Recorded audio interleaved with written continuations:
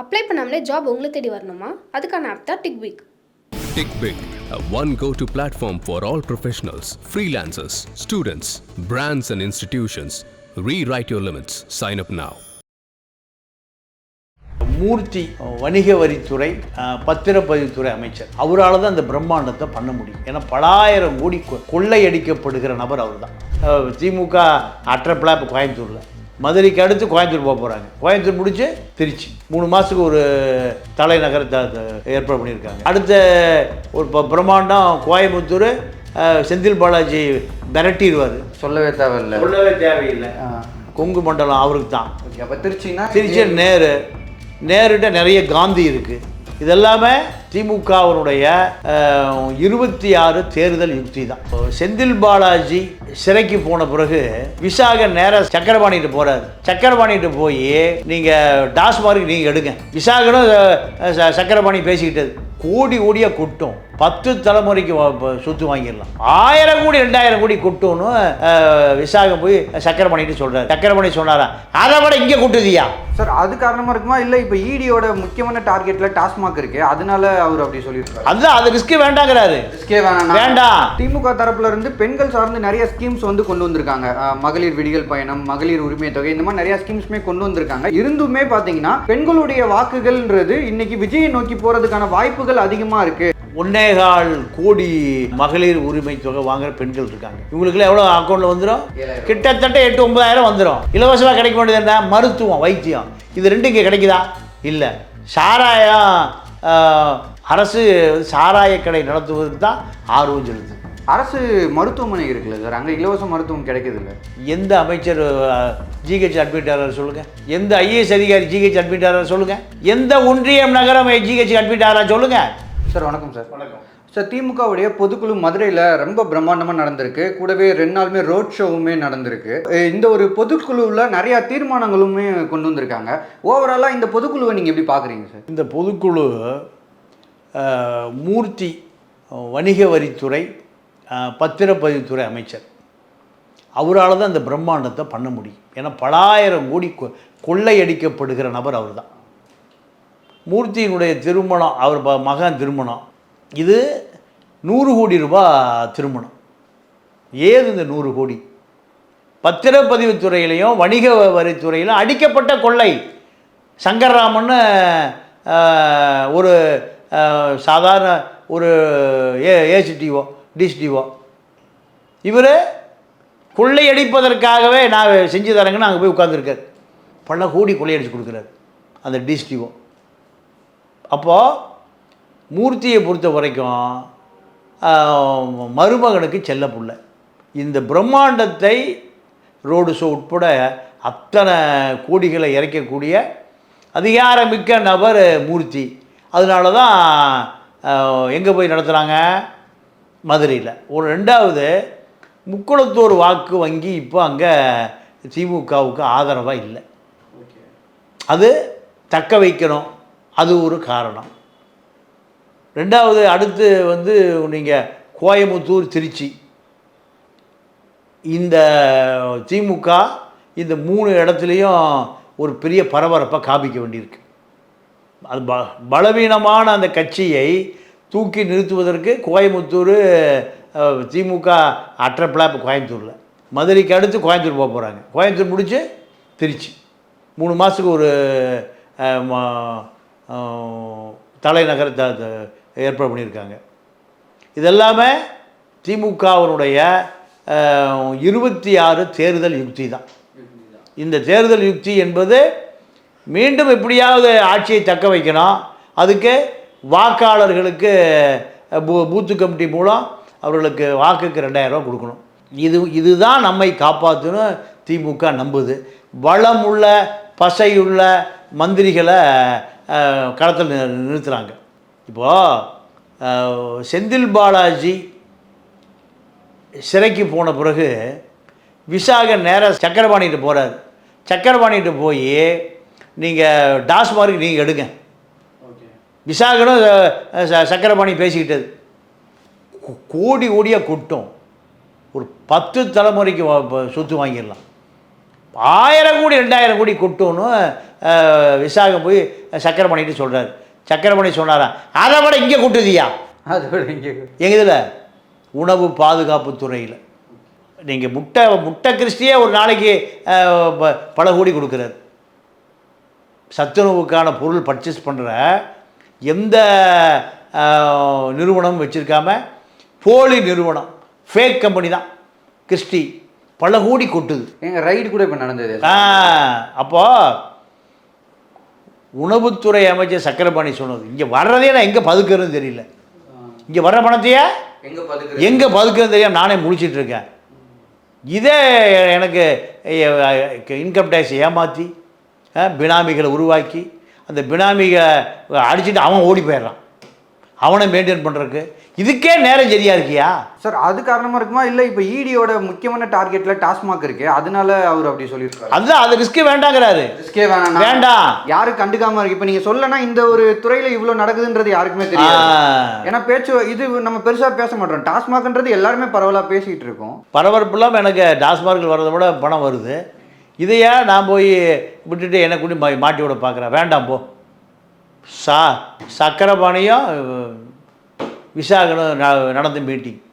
அப்போது திமுகவை பொறுத்தவரை பல துறைகளில் பணம் கொட்டுது. இதை வைத்து எப்படியாவது தேர்தலை சந்தித்து மீண்டும் ஆட்சிக்கு அதிகாரத்துக்கு வந்துவிட வேண்டும் என்பதுதான் அத்தனை மந்திரிகளுடைய, அத்தனை சட்டமன்ற உறுப்பினர்களுடைய, முதலமைச்சர் அலுவலகத்துக்கும் இப்போ இதுதான் தேவையாக இருக்கிறது.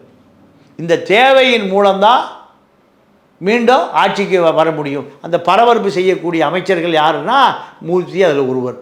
அடுத்த ஒரு பிரம்மாண்டம் கோயம்புத்தூர் செந்தில் பாலாஜி மிரட்டிடுவார், சொல்லவே தேவையில்லை. கொங்கு மண்டலம் அவருக்கு தான். திருச்சி நேருகிட்ட நிறைய காந்தி இருக்குது. நேருவும் காந்தி ஒன்று சேர்ந்தா யாரும் உள்ளே வர முடியாது. இது திமுகவினுடைய அரசியல் பரபரப்புக்கான மேடை தான் இப்போ மதுரை பொதுக்குழு. சார், இந்த பொதுக்குழு களத்தில் என்ன மாதிரியான மாற்றங்களை ஏற்படுத்தும் சார்? இப்போ நீங்கள் சொன்ன மாதிரி அவங்க பொதுவாகவே மதுரையில் கிட்டத்தட்ட ஒரு பகுதி இன்னும் அதிமுகவோட கோட்டையாக தான் இருக்குது. ஸோ அந்த இடங்களில் நம்ம அங்கே கொண்டு வரணும், நம்மளோட ஆதிக்கத்தை அந்த இடத்துல செலுத்தணும்னு திமுக முயற்சி செய்கிறாங்கல்ல. இந்த மாதிரியான பொதுக்குழுக்கள் அதுக்கான வழியை வகுத்து கொடுக்குமா? இல்லை, பொதுக்குழு ஒரு 2000 கட்சி நிர்வாகிகளை ஒரு இடத்துல கூட்டி நீங்கள் எல்லாத்தையும் வெளியே அனுப்பிச்சிடுவாங்க. அப்போது இந்த தேர்தலை எப்படி சந்திக்கணும் வியூகம் தான் பொதுக்குழு. ஒரு 2000 பொதுக்குழு உறுப்பினர் வந்திருப்பாங்க. 2000 பேரும் கட்சியினுடைய நாடி நரம்பு அத்தனை பக்கம் ஊடுருவி இருப்பான். இப்போ இந்த தேர்தலை எப்படி வெற்றி பெற வேண்டும் அப்படிங்கிறது பொதுக்குழு உறுப்பினர்களுக்கான கட்சி அமைச்சர்கள் அந்த தொடர்பை ஏற்படுத்தக்கூடிய ஒரு இடம்தான் பொதுக்குழு. பொதுக்குழுவின் மூலம்தான் கட்சியினுடைய நாடி நரம்பை பல்ஸை செக் பண்ணக்கூடிய இடம். பல பேர் பல கதையை சொல்லுவான். இங்கே வீக்காக இருக்குது, அங்கே வீக்காக இருக்குது, அங்கே அதிமுக வலுவாக இருக்கா, இங்கே விஜய் வலுவாக இருக்கான். இதை எப்படி உடைக்கணும்? இந்த வியூகங்களெல்லாம் வகுக்கப்படுகிற இடம் தான் பொதுக்குழு. கருணாநிதி ஜெயலலிதாவும் ஒவ்வொரு தேர்தலுக்கு முன்பு ஒரு பொதுக்குழு கூட்டுவாங்க. பொதுக்குழுவில் நீங்கள் உளவுத்துறை ஒரு சர்வே எடுப்பான், கட்சி ஒரு சர்வே, ப்ரைவேட் டிடெக்டிவ் ஏஜென்சி வச்சு ஒரு சர்வே எடுப்பாங்க. இந்த 2 சர்வே ஜெயலலிதா ஒத்து பார்க்கும். இதுக்கு நடுவில் மந்திரவாதி ஒரு சர்வே எடுப்பான், ஜாதகத்தை வாங்கி அந்த அம்மா பார்க்கும். ஜாதகத்தை கொண்டு போய் சனீஸ்வரர் கோயிலில் வச்சு பூசை பண்ணிட்டு வருவாங்க. இதெல்லாம் அந்த அம்மா இருக்கிற காலத்தில் நடக்கும், சசிகலா காலத்தில். இப்போ அதே போல தான் இப்போ திமுக என்ன நினைக்குதுன்னா, பொதுக்குழு உறுப்பினர்கள் மூலம் பூத்து கமிட்டி கண்காணிக்கப்பட்டு பூத்து கமிட்டி காந்திகளை கொண்டு போய் சேர்த்துட்டிங்கன்னா மக்கள் நமக்கு ஓட்டு போட்டுருவான். இப்போ அந்த மகளிர் உரிமை தொகை 1500 மாற்ற போகிறாங்க. எலெக்ஷன் முன்னாடியே? ஆமாம், எலெக்ஷன் முன்னாடி. எலெக்ஷன் பின்னாடி யார் இருப்பான்னு யாருக்குமே தெரியாது. இதில் ஒரு 5 மாதம் அந்த 500 ரூபா கொடுக்க மாட்டாங்க, நிறுத்தி வைப்பாங்க. திமுக தரப்புல இருந்து பெண்கள் சார்ந்து நிறைய ஸ்கீம்ஸ் வந்து கொண்டு வந்திருக்காங்க. மகளிர் விடியல் பயணம், மகளிர் உரிமை தொகை, இந்த மாதிரி நிறைய ஸ்கீம்ஸ்மே கொண்டு வந்திருக்காங்க. இருந்துமே பார்த்தீங்கன்னா பெண்களுடைய வாக்குகள்ன்றது இன்னைக்கு விஜயை நோக்கி போறதுக்கான வாய்ப்புகள் அதிகமாக இருக்கு அப்படின்ற காரணத்துக்காக இந்த மகளிர் உரிமை தொகையை அதிகப்படுத்தியிருக்காங்களா? அது காரணமா இருக்கா? ஆமாம், இப்போ என்ன பண்ணுறாங்கன்னா 1500 ஆக்க போகிறாங்க. 1500 ஒரு 6 மாதம் கொடுக்க மாட்டாங்க. எவ்வளோ பிடிச்சி வைப்பாங்க? 3000 பிடிச்சி வைப்பாங்க.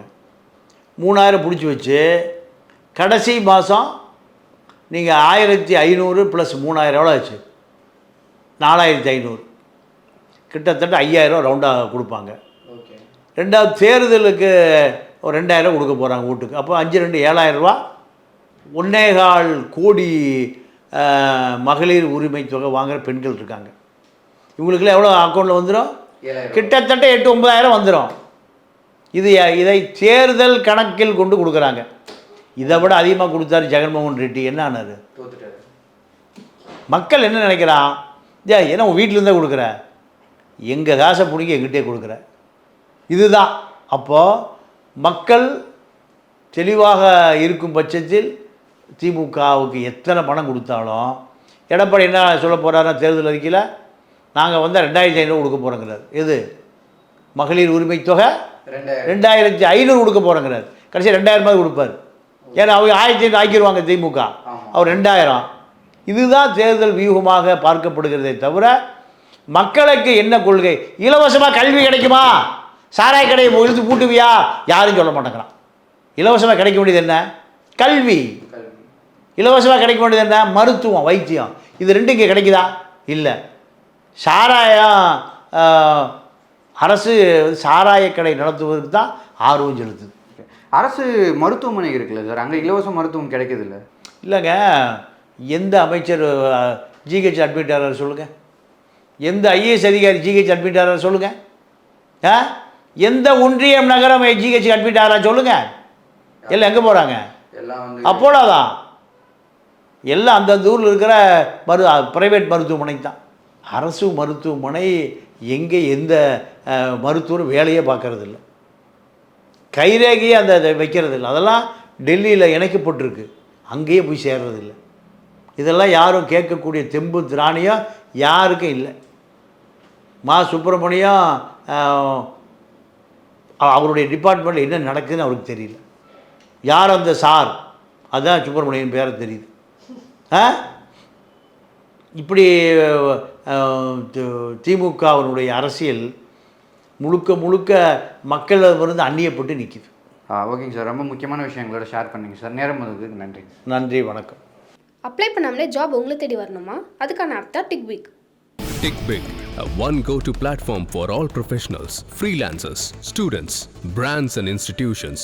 Rewrite your limits. Sign up now.